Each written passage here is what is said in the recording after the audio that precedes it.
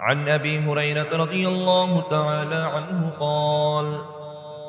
قال رسول الله صلى الله عليه وسلم من حج لله فلم يرفث ولم يفسق رجع كيوم ولدته أمه আল্লাহর নবীর জালিলুল কদর সাহাবী হযরত আবু হুরায়রা রাদিয়াল্লাহু তাআলা আনহুর বর্ণনা তিনি বলেন আল্লাহর হাবিব জনাবে মুহাম্মদুর রাসূলুল্লাহ সাল্লাল্লাহু আলাইহি ওয়াসাল্লাম ফরমান মান হাজ্জা লিল্লাহ যে আল্লাহর জন্য হজ আদায় করবে ফালাম ইয়ারফুস ওয়ালাম ইয়াফসুক হজে গিয়ে সে কোনো অশ্লীল এবং অন্যায় কাজ করবে না রাজা কায়াউমি ওয়ালাদাতহু উম্মুহু সে হজ থেকে এমন ভাবে নিষ্পাপ হয়ে ফিরে আসবে একটা মাতৃগর্ভ থেকে সন্তান যখন দুনিয়াতে নিষ্পাপ হয়ে যেমনি ভাবে ভূমিষ্ঠ হয় হজ থেকেও সেই ব্যক্তিটা একদম নিষ্পাপ হয়ে দুনিয়াতে ফেরত আসবে হজ থেকেও সে বাড়িতে এইভাবে নিষ্পাপ হয়ে ফিরে আসবে এজন্য আমার ভাই যারা হজ করতে গিয়েছিলাম আল্লাহ তৌফিক দান করেছিলেন হজ আদায় করার তৌফিক হয়েছে হয়তোবা এই বছর না হয় পূর্বে যে কোনো বছর আল্লাহ তৌফিক দিয়েছিলেন হজ আদায় করেছি তারা চিন্তা করব আমি হজ থেকে এমন ভাবে গুনাহমুক্ত হয়ে ফিরেছি একটা নিষ্পাপ বাচ্চার যেমন কোনো গুনাহ নাই হজ হাজী সাহেবেরও তেমন কোনো গুনাহ নাই এখন যখন কোনো গুনাহ নাই পূর্বের সকল গুনাহ আল্লাহ মাফ করে দিয়েছেন এত বড় একটা ফজিলতপূর্ণ আমলকে যেন নষ্ট না করে দেয় ইতিহাসের দিকে যদি আমরা তাকাই আল্লাহ রাব্বুল আলামিন কোরআনের মাঝে অসংখ্য দৃষ্টান্ত দিয়েছেন যারা নেকি পাওয়ার পর আমল করার পর আমলগুলো নষ্ট করে দিয়েছিল হেদায়াত পাওয়ার পর আল্লাহর পক্ষ থেকে হেদায়াত অর্জিত হওয়ার পর হেদায়াত তারা নষ্ট করে দিয়েছিল সূরা আরাফের 175 নম্বর আয়াতে আল্লাহ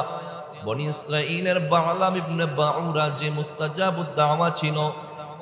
ওই ব্যক্তিটা আল্লাহর কাছে যা দোয়া করত আল্লাহ রাব্বুল আলামিন সাথে সাথে তার দোয়া কবুল করে নিতেন আল্লাহ তাআলা সূরা আরাফের 175 নম্বর আয়াতে বলতেছেন যে ওই ব্যক্তিটা এত বেশি মুস্তাজাবুদ দাওয়া হওয়ার পরেও শয়তানের যখন অনুসরণ করেছে আমি আল্লাহ তার থেকে হেদায়াত ছিনিয়ে নিয়ে তাকে ধ্বংস করে দিয়েছি বালাম ইবনে বাউরা বনি ইসরাঈলের এক লোক সে অনেক বড় হেদায়েতের উপর ছিল যা দোয়া করতো আল্লাহ তাই কবুল করতেন কিন্তু শয়তানের অনুসরণ করেছে বাস বরবাদ হয়ে গেছে এখন হজ করে আসছি আমি অনেক বড় সওয়াবের ভাগীদার হয়ে গেছি আমার তো কোনো গুনাহ নাই এই মনে করে যদি বসে থাকি আগের আমল নষ্ট করে দেই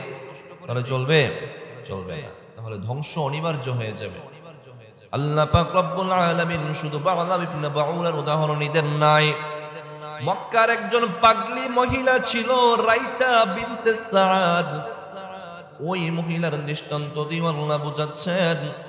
যে আমলগুলো তোমাদের পূর্বে অর্জিত হয়েছে যে সওয়াব অর্জিত হয়েছে যে মজিদ যে ফজিলত তোমাদের অর্জিত হয়েছে এই ফজিলতকে নষ্ট করে দিবা না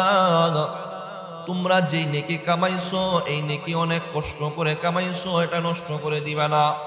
আল্লাহ তাআলা সূরা নাহলের 92 নম্বর আয়াতে বলেন